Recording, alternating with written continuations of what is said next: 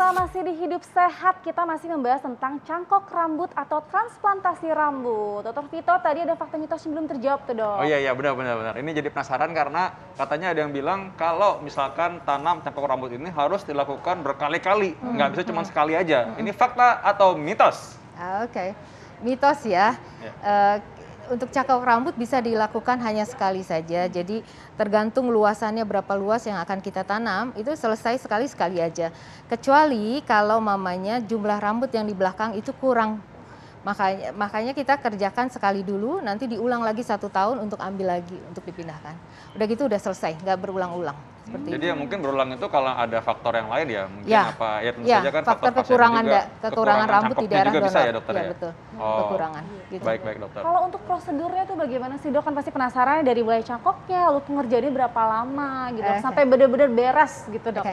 Nah, memang banyak sih ya teknik-teknik transplantasi rambut ini, tapi yang kami kerjakan adalah tekniknya DHI, Direct Hair Implantation. Jadi setelah pasien dicukur, rambutnya dibersihkan, pasien akan kita lakukan ekstraksi rambut. Ini dalam posisi tengkurap. Ya, posisi tengkurap seperti biasalah, aseptik, antiseptik ya, bersih, baru kita anestesi lokal. Setelah anestesinya jalan, baru kita ambil satu-satu si akar rambutnya dengan alat khusus ya. Setelah jumlah rambut yang kita inginkan cukup, pasien istirahat dulu sekitar setengah jam untuk makan siang, untuk sholat ya. Dan setelah break setengah jam, kembali lagi ke ruangan untuk ditanam. Ya, ditanam sesuai dengan desain yang kita gambar sebelumnya. Jadi rambut yang folikel yang isinya 3, saya mau taruh di mana, isi 2, isi 1. Jadi itu ada polanya yang harus ditanam sehingga nanti tumbuhnya densitas atau kerapatannya mirip seperti rambut yang sebelumnya. Nah, setelah itu beres, pasien pulang. Hari besoknya kembali untuk buka perban, untuk cek ada infeksi, ada perdarahan dan sebagainya. Hari ketiga kembali lagi untuk cuci rambut dan diajarkan untuk cara bersihkan rambutnya. Oke, setelah itu baru kontrol di minggu kedua, di bulan pertama, setelah itu PRP tiap 1 bulan. Oke, gitu. Dokter. Dan banyak juga nih, Dok, orang-orang yang melakukan cangkok rambut itu di luar negeri, contohnya di Turki gitu ya. Nah, kalau misalkan mereka pulang ke Indonesia, itu apakah ada perawatan lanjutannya, Dok? Iya, itu yang saya bingung juga ya, kalau mamanya kita habis melakukan tindakan, sebenarnya seharusnya kan harus ada prosedur untuk kontrol. Ya, ketika itu terjadi infeksi nanti gimana, ketika dia tidak berhasil tumbuh seperti apa, perawatan berikutnya itu yang harus mereka pikirkan juga, ya, karena ini kan fragile ya, selama 1 bulan itu rambutnya masih fragile, jadi kan harus kita tetap kontrol juga, seperti itu. Jadi lebih baik dilakukan di sini kali ya, supaya nanti evaluasinya juga mudah ya. Iya, kalau aku bilang sih ya dokter-dokter kita udah jago-jago, pinter-pinter ya, terus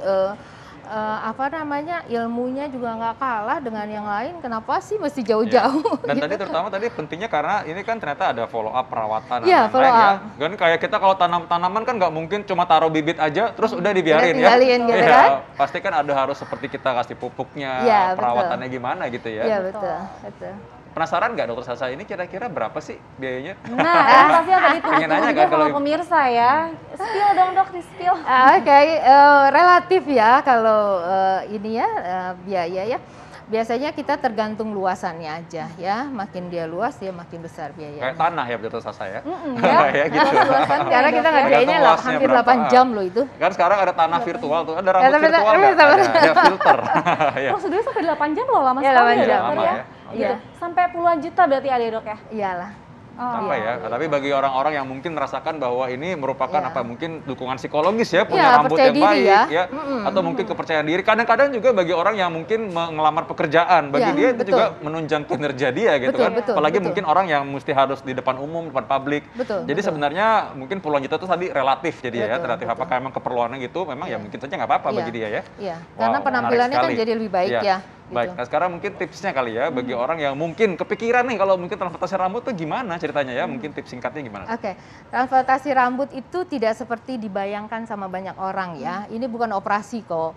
Kita hanya memindahkan akar rambut dari belakang ke depan saja. Jadi kalau rambut donornya masih cukup, masih bagus, segera lakukan. Jangan sampai nanti di daerah donor sudah tidak ada rambut, nggak ada lagi yang bisa kita pindahkan. Jadi karena ini prinsipnya adalah rambut sendiri yang dipindahkan lokasinya gitu ya. Jadi jangan sampai semuanya udah nggak ada, bibitnya habis nanti gitu. Baiklah. Baik dokter, terima kasih banyak dok. Ini insight dan ilmunya. Saya rasa juga bagi semua orang juga tahu bahwa bagaimana rambut ini merupakan suatu bagian dari kesehatan kita juga ya. Betul. Nah pemirsa, kita masih akan berbagi informasi lainnya nih. Jadi tetap saksikan Hidup Sehat mulai dari hari Senin sampai hari Jumat pukul 9 sampai jam 10 pagi live di TV One. Waktu Indonesia Barat. Baik, saya Dr. Vito Damai. Saya Dr. Sabrina Raisa. Indonesia Hidup Sehat.